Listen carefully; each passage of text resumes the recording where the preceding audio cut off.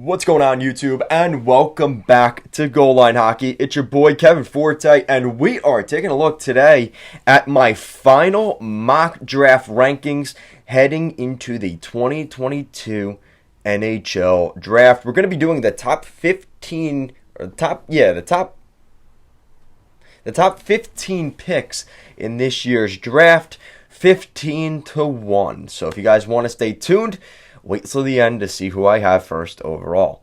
So let's start off at number 15. So at number 15, the Vancouver Canucks have that pick. And I do think they're going to keep that pick, and that's for another debate. So I'm going off of who has these picks right now. So at number 15 is the Vancouver Canucks, and they have a couple of needs, right? Especially if they're going to make some trades here. They could use the center, they could use a winger, but here I have them going with the defenseman, Denton Mateychuk. Mateychuk is one of those guys that I think is going to get a lot of attention in this year's draft. I know the Montreal Canadiens are very high on him, so if Montreal were to fork up the value, maybe Vancouver were to give up that pick, but I do think Mateychuk is a great pick there for Vancouver. I think there's going to be a lot of turnover in that blue line as guys like Tyler Myers start to get traded out. I think they're kind of stuck with Oliver Ekman-Larsson. But Mateychuk, Quinn Hughes, I think that's a great group to build around. They definitely need defensemen. They need help everywhere, but I think with where they're sitting, with some of the guys that are going to be taken off the board, I do think they go with the Russian defenseman, Denton Mateychuk. And people are pretty high on this kid. They expect him to be a good defenseman in the National Hockey League. I mean, they've even compared him to Mikhail Sergachev. So I think that's a real compliment to what he's capable of. We'll see if they're able to get that out of him. So at number 14 is the Winnipeg Jets. And the Jets, again, kind of like Vancouver, there's a couple of different ways they can go. Now, he's been playing in the U.S. National Development Team. And the thing with Nazar, that's my pick. I have them taking Frank Nazar from the U.S. National Development Program. Nazar's a center. And the thing about Frank Nazar that a lot of people are kind of questioning, especially with a lot of these centers in this year's draft, is, they're big frame guys, right? But do they have the scoring capability, the ability to produce in the National Hockey League points? And that's why some of these big centers aren't in the top 5, because, and Bob McKenzie kind of said this, if these guys were, these 6'5" guys with the scoring capability, they would be top 5 picks. But because there's maybe that question about their productivity in terms of the goal scoring department, they kind of slide later into the first round. So I think Winnipeg could be taking a chance here with a guy like Frank Nazar, but there is a lot of potential in this guy. And a lot of people have compared him to Teuvo Teravainen, which I think is a lot of praise. A guy that's a playmaker, willing to pass the puck, but can score some goals. It's just a question of his productivity. Can he score at a pace that is going to put him into the top 6 of an NHL lineup? So there's a lot of questions around Nazar. Could he move into the top 10? Could he slide into the back half of the first round? I do have him going at 14 here to the Winnipeg Jets. I think that's a home run pick for them there. So we move on to number 13, and that is the New York Islanders. Now, the Islanders, again, I don't want to talk about this too much. I do think they could trade this pick, which obviously changes who may go after, who may end up getting drafted here. But I think the Islanders, pretty consensusly here, are going to go with KHL prospect from Magnitogorsk, Dania Yurov. Dania Yurov is listed as a right winger who has top 6 potential. Now, Dania Yurov is more of a safe bet. Yurov is a guy that his ceiling maybe isn't as high as some of these other wingers we're going to talk about in the top 10, but Yurov is definitely capable of being a second or third line winger. Now, again, there's obviously the chance that he becomes more than that, but his ceiling is maybe a little lower, and that's why they're expecting him. His ceiling is probably a second line center, but he is a safer bet to be a second or third line player in the National Hockey League. A lot of people have compared Dania Yurov to another New York Islander, Josh Bailey, is one of the comparables that's been brought up with Dania Yurov. So I think a guy like that coming into the New York Islanders, replacing a guy like Josh Bailey, potentially in the very near future at a much cheaper cap hit, could be a benefit to the Islanders. He fits the MO of the New York Islanders, the culture of this team, but he does score goals. And I think that the Islanders are, a team that's lacking in the goal scoring department. I think Dania Yurov could be a nice breath of fresh air in that regard. So we'll see what happens there, but I do think the Islanders go with Dania Yurov. So that means at number 12, the Columbus Blue Jackets, this would be their second pick in the NHL Draft, and I have them going with a forward here, and I had him actually a little bit higher up at number 10, or number 8. I had him go to the Detroit Red Wings in my most recent rankings, so he did fall a little bit, but he's still projected to be a really good hockey player. He's from the SHL, playing in Djurgården last season in Sweden, and that is Jonathan Lekaramäki. Lekaramäki is a guy that a lot of people have been saying, again, not going to be Trevor Zegras, but plays that similar style of game, and I think any comparable to Trevor Zegras is obviously a compliment. Lekaramäki is a guy that plays right wing. He's listed as a right winger.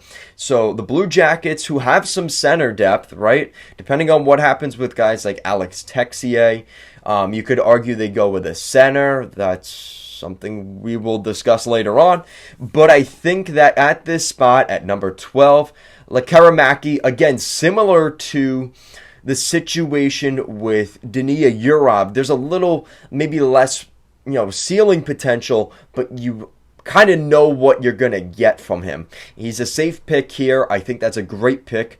We know that Columbus management, Jarmo Kekalainen, likes to tap into Europe there. It makes a lot of sense. It's a perfect fit, and Lekaramäki will be heading to Columbus in the fall for training camp. That's my pick at number 12.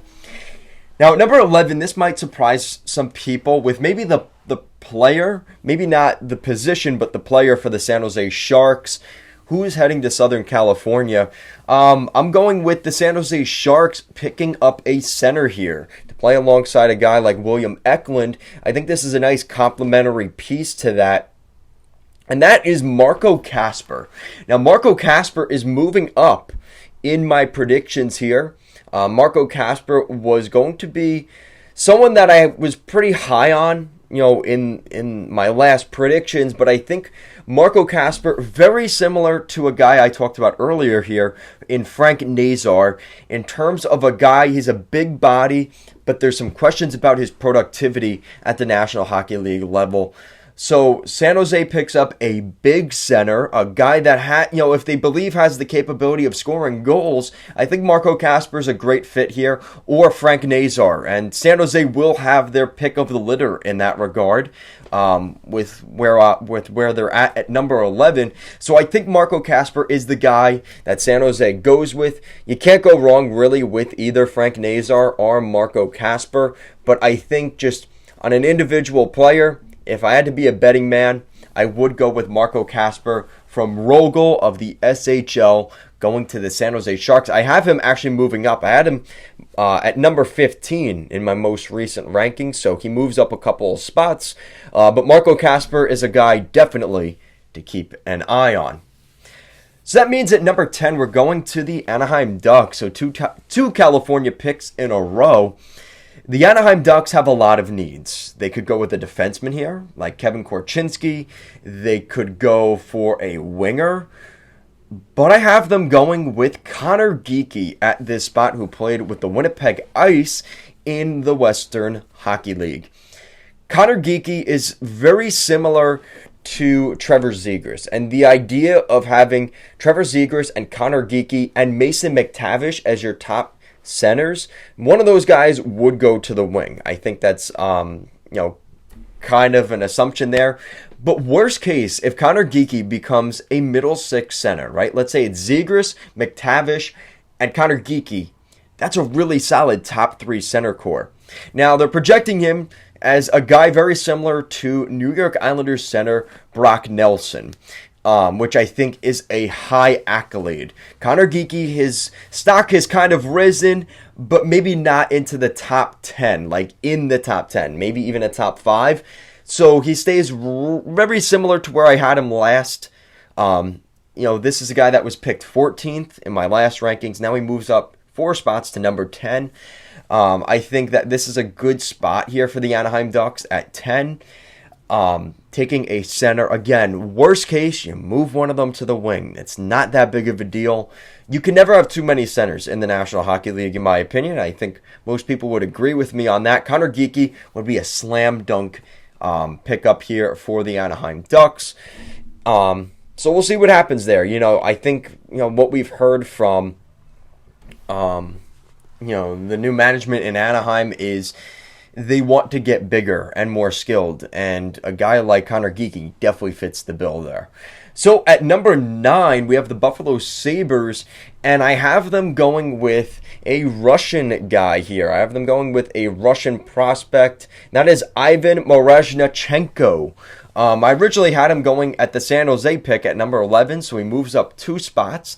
He played in Omsk of the KHL last season, and is projected to be, again, not Alexander Ovechkin, but the same playing style as Alexander Ovechkin. So obviously high accolades there. You look at that group they've already got there in Buffalo. They've got a pretty good center core, right? Tage Thompson, Dylan Cousins. And then you add the scoring just prowess of a guy like Ivan Mirazhnachenko. It just seems like a slam dunk here at 9 for the Sabres. Again, kind of like Anaheim, they could go with a defenseman as well, like Korchinski.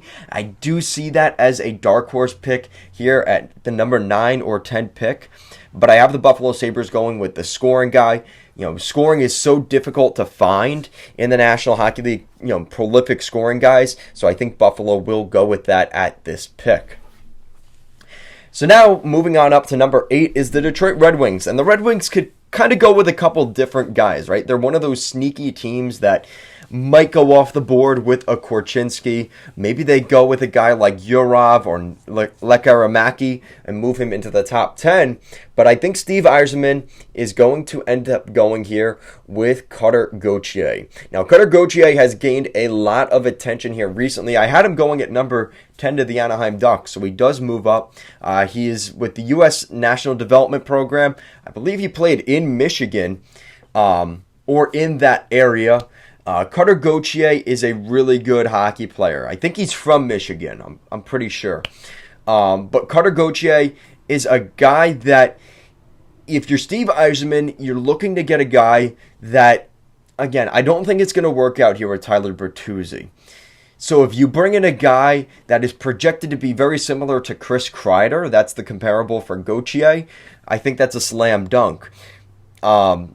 Again, another question here with Gauthier is, what is his scoring potential? Because